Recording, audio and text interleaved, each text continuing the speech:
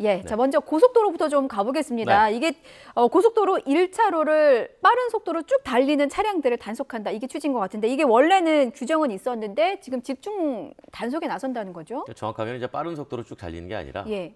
제속도로 비켜주지 않고 아. 달리는 저속으로 가는 차를 말하는 거죠. 아, 빠른 속도로 가면 일단 과속에 단속이 그렇죠. 되니까 예, 저속으로. 네. 그래서 예. 보통 이제 그 고속도로는 지정차로가 돼 있습니다. 그래서 예. 가장 왼쪽 차로는 추월차로로 돼 있고 그 다음에 승용차로, 그 다음에 이제 화물차로로 분류를 해놓은 거죠. 그 이유가 해놓은 거는 그 자동차가 달릴 수 있는 속도별로 예. 안전하게 다녀라라고 하는 겁니다. 그래서 기본적으로 좌측 추월을 삼고 있는 거죠.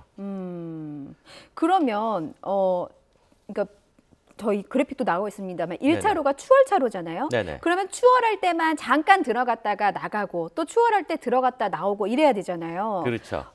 만약에 옆에 차를 추월하고 싶은데 옆에 차가 뭐 시속 80으로 정속 주행을 하고 있으면 이때는 내가 80보다 속도를 더 내야 추월할 수가 있는 거잖아요. 그러니까 본인이 뭐 80보다 더 내가지고 추월할 수 있다면 충분히 할 수 있겠죠. 예. 근데 지금 이 단속의 대상은 뭐냐면 예. 정속을 유지했는데 정속 주행차로로 추월차로로 꾸준히 갈 때, 왜냐하면 그 추월차로는 만약에 긴급한 일이 벌어지거나 했을 때 예. 추월하라고 남겨둔 차로거든요. 그렇죠. 그렇기 때문에 추월을 한 이후에도 사실은 원래 차로로 되돌아와야 됩니다. 그렇게 비워놔야 되는데 그게 혹시 본인의 전용 차선이라고 생각하고 끊임없이 가는 사람, 이제 그분들이 단속 대상이라는 거죠. 그렇군요. 네. 근데 그러면 이제 그 옆에 차선도 사실 옆 차로가 비어 있으면 가고 싶은 게 마음이잖아요. 그렇죠. 사람 마음이. 근데 나는 그래도 이제 규율을 지키면서 가고 있는데 네네. 옆에 차가 추월차로인데도 계속 가고 있다면 이거 신고할 수 있잖아요. 그렇죠. 그럼 만약에 여러 명이 신고하면 이 차량한테 과태료도 여러 개가 부과가 되는 건가요? 그러니까 지금의 대상은 여러 번 부과가 될 수 있습니다. 그렇기 때문에 가급적이면은 예. 추월차로를 지키려면서 가는 건데, 이제 불만들은 뭐냐면 이런 거죠. 추월차로로 들어갔다가 다시 들어오고 싶은데 추월차로에 이미 저속으로 가는 차가 막고 있다.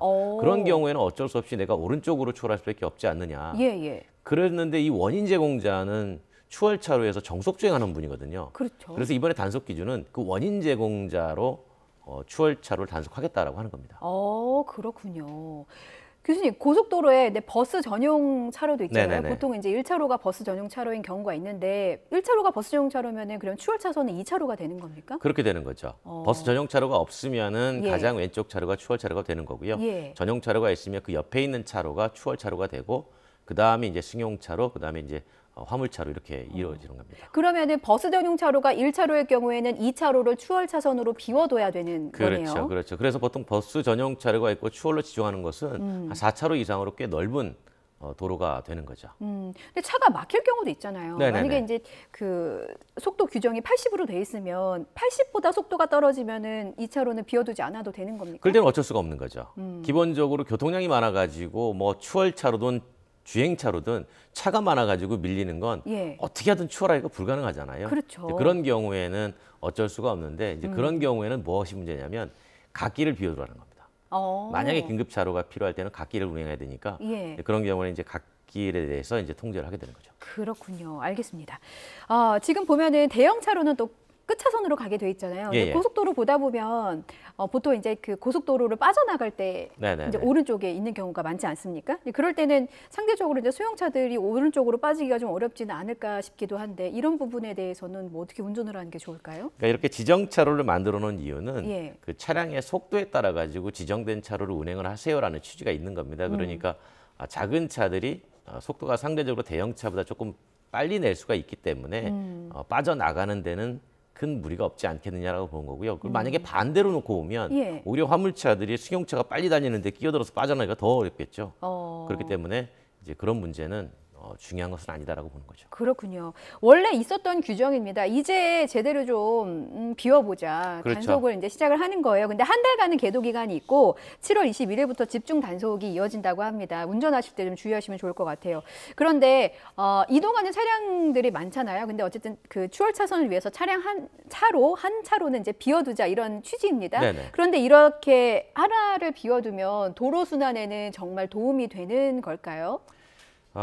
도움이 됩니다. 어. 그러니까 왜냐하면 이제 조금 속도를 내고자 하는 사람이 있는 경우에 또는 예. 뭐 급한 경우에는 갓길 이외에 대안차로가 하나 확보가 돼 있는 것이고요.